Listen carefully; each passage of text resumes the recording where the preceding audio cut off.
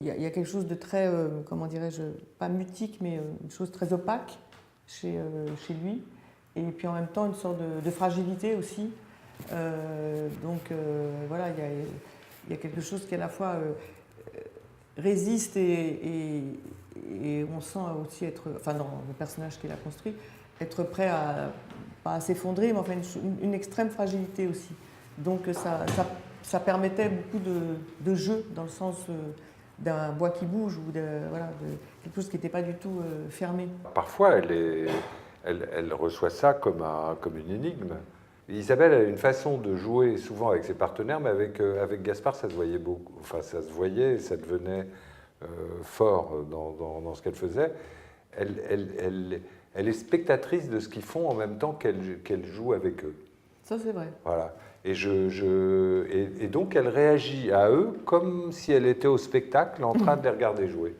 Et ça c'est tout à fait formidable. Mais quand c'est un très très bon acteur comme Gaspard, il en profite et il lui donne à voir quelque chose à quoi elle réagira.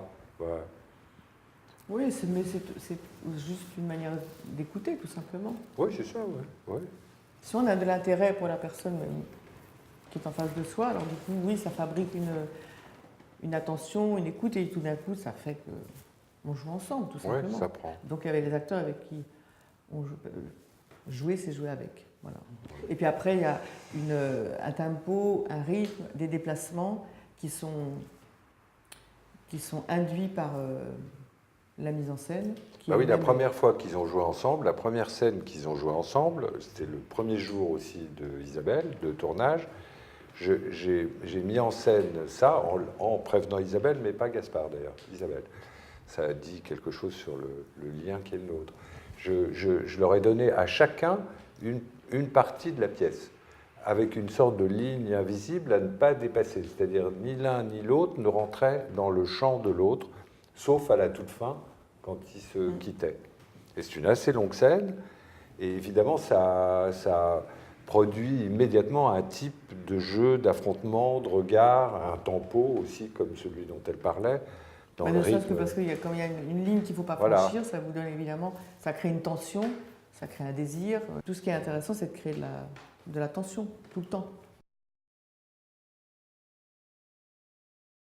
Mais je crois que Benoît, il fait que des films noirs, au fond, d'une certaine manière. De thriller comme ça, oui. Des films d'angoisse, de menace. Quand j'ai fait Villa Amalia, avec Benoît, c'est pas un personnage qui cherche l'enfer, mais c'est un personnage qui cherche en tous les cas.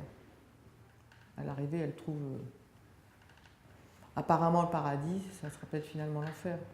Il y a toujours ça dans les films de Benoît, je pense. Non pas que tous ces films soient les mêmes, mais fondamentalement, il y a lui au cœur de ces films. Très très présent, très là.